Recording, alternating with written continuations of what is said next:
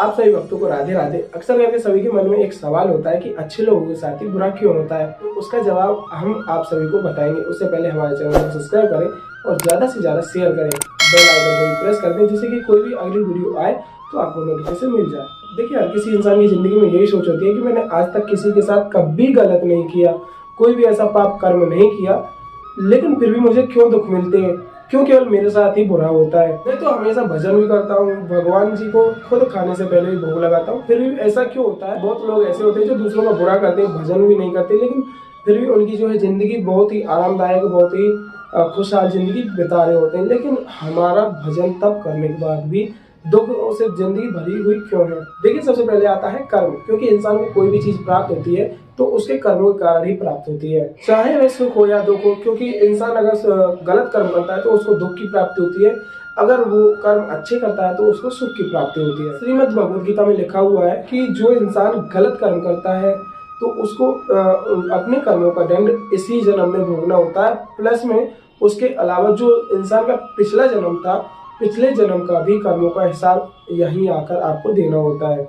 पाप और पुण्य के ऊपर जो है आपको एक छोटी सी कहानी का प्रसंग सुनाता हूँ। एक इंसान था जो कि रोजाना मंदिर जाता था, वहाँ पे रोजाना पूजा पाठ करता था। एक दिन ऐसा होता है कि मंदिर का जो सामान था, खजाना था, वो चोरी हो जाता है। तो जो मंदिर का पुजारी था वो समझता है कि ये जो डेली मतलब कि पूजा पाठ करने आता है तो इसने जो है सामान चुरा लिया है। पुजारी ने जो है उस भक्त को पीटा और कई भी लोग जो है शामिल हुए थे उसमें, उस भक्त को पीटा गया था। तो जब इस भक्त को इस बात का पता चला कि चोरी के ऊपर मुझे पीटा जा रहा है तो उसको बहुत दुख हुआ कि मैं इतना भजन पाठ करता हूँ, इतना भक्ति से जुड़ा हुआ हूँ, फिर भी मेरे साथ ऐसा गलत क्यों हुआ। तो कुछ समय बाद जैसे कि वो मंदिर से निकल के जाता है तो रास्ते में उसके एक पैर में कील, लोहे की कील या जो होती है वो पैर में घुस जाती है। तो उसको और भी दुख होता है और भी वह मतलब गुस्से में, बहुत ज्यादा गुस्से में होता है। तो सोचता है कि भगवान, मैंने आपकी भक्ति की, आपका कीर्तन किया, भजन किया, फिर भी आपने मुझे इतना दुख क्यों दिया। तो इस बात को सोचते सोचते वह जाता है। तो रास्ते में जो है ना, उसको जो चोर था, एक जिसने जो सामान मंदिर से चोरी किया था, वह चोर मिलता है। तो चोर जो है बड़ा खुश होता है, कहता है कि अरे मुझे तो बड़ा माल मिला है, मतलब मंदिर से चोरी करके बहुत सामान मुझे मिला है। तो इस बात को लेकर के वो बहुत खुश होता है। तो जो है भक्त था वो बड़ा कोसता है भगवान को कि आपने देखो, मैंने इतना भजन किया, इतना कीर्तन किया, लेकिन आपने फिर ही मुझे इतना दुख दिया, और ये देखिए ये चोरी करने के बावजूद भी इतना खुश है।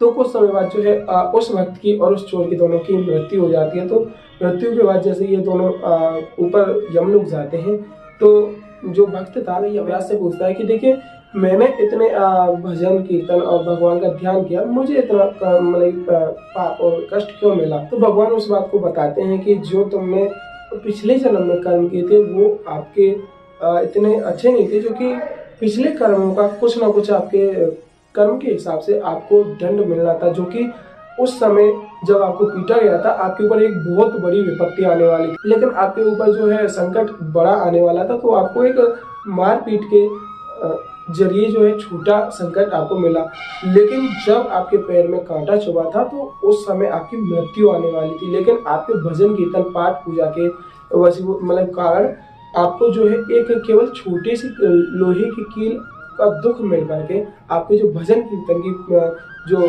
शक्ति थी उसकी वजह से जो है आपके दुख को कम कर दिया गया। क्योंकि जो चोर था उसके जो पिछले जन्म के कर्म थे उसके हिसाब से उसको इस जन्म में बहुत बड़ा करोड़पति और जो बोलते हैं बहुत ज्यादा धन संपत्ति मिलने वाली थी, लेकिन उसने अपने गलत कर्म करने के हिसाब से एक छोटा सा, एक सीमित चोरी कर करके उसको बहुत छोटा बना लिया। क्योंकि उसको बहुत बड़ा खजाना और बहुत संपत्ति मिलने वाली थी उस दिन, लेकिन उसके कर्म के हिसाब से उसने उस संपत्ति को छोटा कर लिया।